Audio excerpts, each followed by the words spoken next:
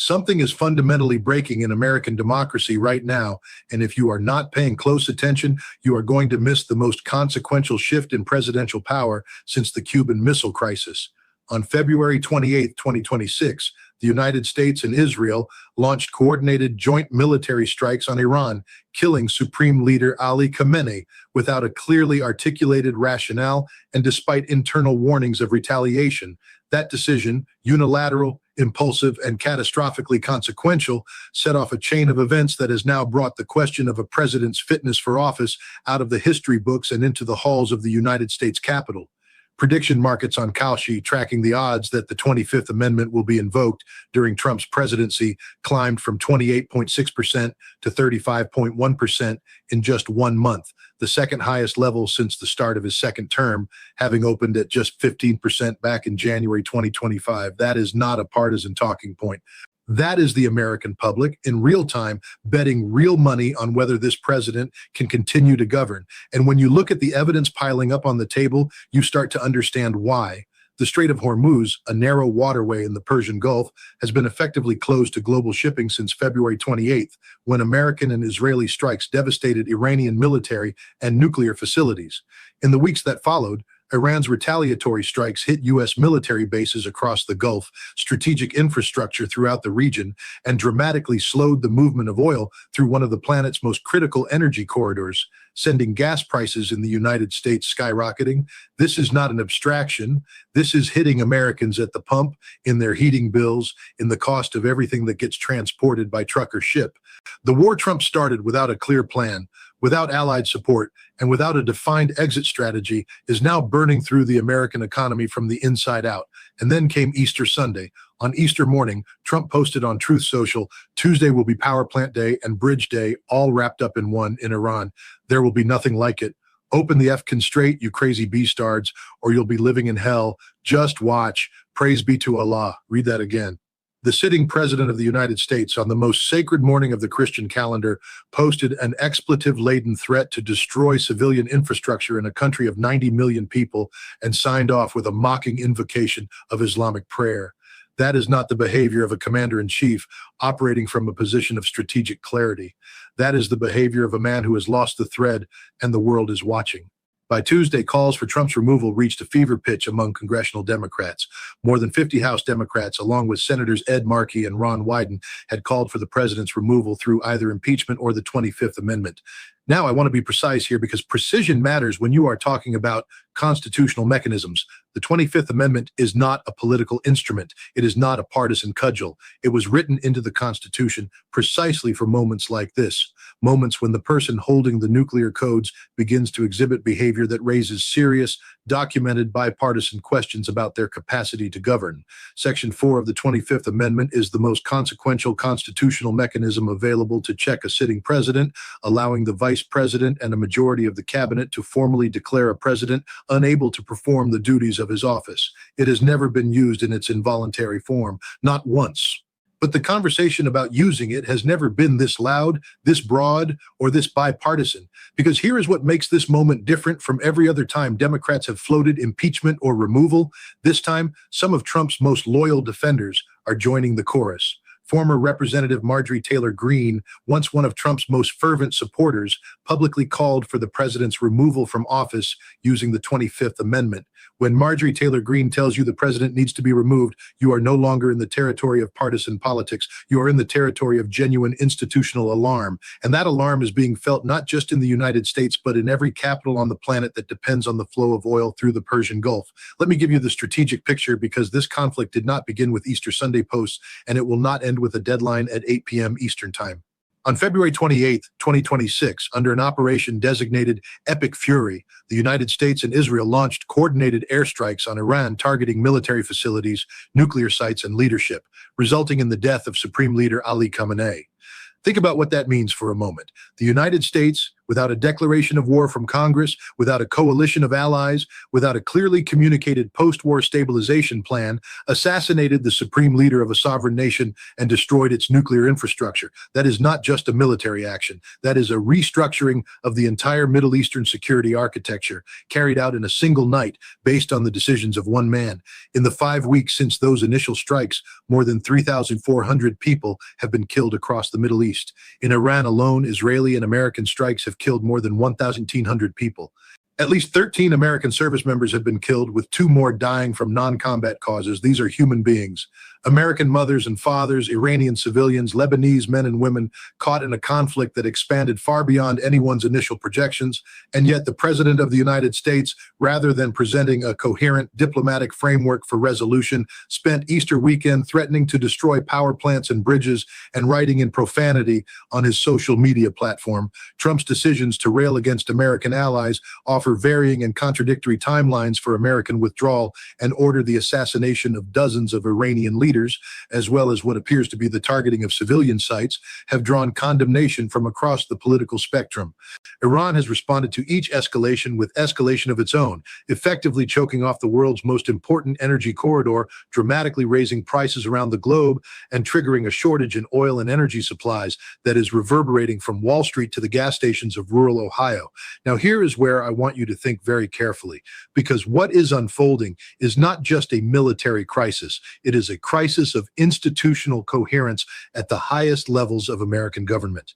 Iran put forward a 10-clause proposal for ending the war, including demands for an end to regional conflicts, a protocol for safe passage through the Strait of Hormuz, the lifting of sanctions, and reconstruction guarantees.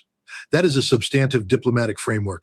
That is a country offering a pathway off the battlefield. And Trump's response was to call it a significant step, but not good enough, and then threatened to bomb the entire country back to the Stone Age by midnight.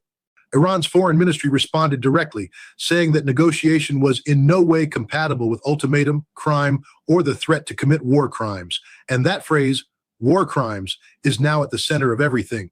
Trump's open threat to destroy Iran's civilian infrastructure, including power plants and bridges, has led legal and foreign policy experts to conclude that these threats, if carried out, could constitute violations of international law. His cabinet is being urged to consider invoking the 25th Amendment. Senator Chris Murphy of Connecticut stated plainly, "The fate of U.S. troops, the Iranian people, and the very foundation of our global system are at stake." These are not the words of a fringe voice. Chris Murphy sits on the Senate Foreign Relations Committee. He has access to classified briefings. He knows what the intelligence community is seeing, and he is telling the American public and Trump's own cabinet that this moment demands constitutional action. Iranian advisors have also warned that Iran views the Bab el-Mandab Strait, the narrow waterway between Yemen and the Horn of Africa connecting the Red Sea to the Arabian Sea and the Suez Canal, with the same strategic intensity as the Strait of Hormuz. What that means in plain language is this: if Trump escalates and destroys Iranian civilian infrastructure, Iran and its Houthi allies in Yemen have the capacity to simultaneously shut down both the Persian Gulf corridor and the Red Sea route that connects Europe to Asia. That would not be a regional energy disruption. That would be a seismic collapse of global trade flows on a scale the modern world has never experienced. Iran-affiliated cyber actors are already targeting American critical infrastructure, with the FBI and NSA urgently warning organizations about ongoing exploitation of operational technology devices across multiple critical infrastructure sectors in the United States. So while Trump is posting on Truth Social about power plants in Iran, Iranian-linked actors are probing the systems that control American water treatment facilities, power grids, and manufacturing plants. This is the nature of modern war. There is no front line. There is no safe distance. The battlefield is everywhere, including inside the United States. And yet, even in the midst of all of this, the diplomatic world has not given up. Pakistan's prime minister publicly urged both sides to observe a 2-week ceasefire, asking Iran to open the Strait of Hormuz as a goodwill gesture and requesting that Trump extend his deadline to allow diplomacy a chance to work. Qatar, Egypt, Oman, and Turkey are all serving as back-channel intermediaries, with the European Council's president speaking directly with Iranian President Masoud Pezeshkian, urging restraint. The entire diplomatic architecture of the world is trying to pull this situation back from the edge of catastrophe. France has sent naval vessels to escort merchant ships. The G7 nations have convened discussions. Even countries that have no formal stake in the conflict are inserting themselves because they understand what a full-scale destruction of Iranian civilian infrastructure would mean for global stability. So let us come back to the constitutional question, because ultimately that is what this video is about. The 25th Amendment, the removal of a sitting president, the question of whether one man's decision-making in the middle of a war he started has crossed the line from aggressive foreign policy into genuine incapacity to govern. Any invocation of the amendment's Section 4 would require formal action by the vice president and a majority of the cabinet, followed by potential congressional involvement, a process with multiple legal and political hurdles that has never once been triggered in American history. And the political reality is blunt. Without substantial Republican support and defections within a cabinet filled with Trump loyalists, none of this is happening. Democrats acknowledge this reality themselves, with one senior House member noting that Republicans remain zombie-like acolytes. But here is the thing about constitutional moments. They rarely announce themselves cleanly. They build. Democratic lawmakers are openly floating impeachment or removal via the 25th Amendment, a far cry from the strict taboo around such procedures at the start of Trump's second term. His strikes on Venezuela and now Iran have galvanized lawmakers around more drastic constitutional measures, with conversations about forcing an impeachment vote or sending a cabinet letter to invoke the amendment now actively circulating, though not yet at the leadership level. 6 months ago, those conversations would have been whispered. 3 months ago, they would have been limited to the most progressive members of the caucus. Today, they are being held openly on the floor, in the press, and across party lines. What I want you to understand is that this is not just about Donald Trump. This is about the structural question at the heart of American constitutional democracy. Who controls the decision to go to war, and who has the authority to stop it? The framers of the Constitution did not give the executive branch unlimited war powers. They designed a system of checks specifically because they understood that one man, given unchecked authority in a moment of crisis, could drag an entire nation into catastrophe. What we are watching right now is that exact scenario playing out in real time, and the institutions designed to prevent it are being stress tested in ways they have never been tested before. Trump has said the war with Iran is about one thing: preventing Iran from having a nuclear weapon. He has also said he wants to seize Iranian oil. He has publicly contradicted himself on whether the United States is winding down or escalating the conflict. These are not the statements of a man with a coherent strategic vision. These are the statements of a man improvising at the most dangerous level of global power, threatening civilizational destruction one morning and claiming a good chance of a deal the next afternoon. And the American people are beginning to see through it. Polls indicate that most Americans do not approve of U.S. military action in Iran, while Republicans have remained broadly supportive of Trump's decisions. That gap between the majority of Americans and the political base keeping Trump in power is the fundamental tension that the 25th Amendment conversation is exposing. We are living through a moment that will be written about for generations. The question is not whether history will judge this period harshly. It will. The question is whether the institutions the American founders built are strong enough, and whether the people inside those institutions are brave enough to function as designed when the pressure is at its absolute maximum. The answer to that question is being written right now, and every single person watching this video is alive to witness it.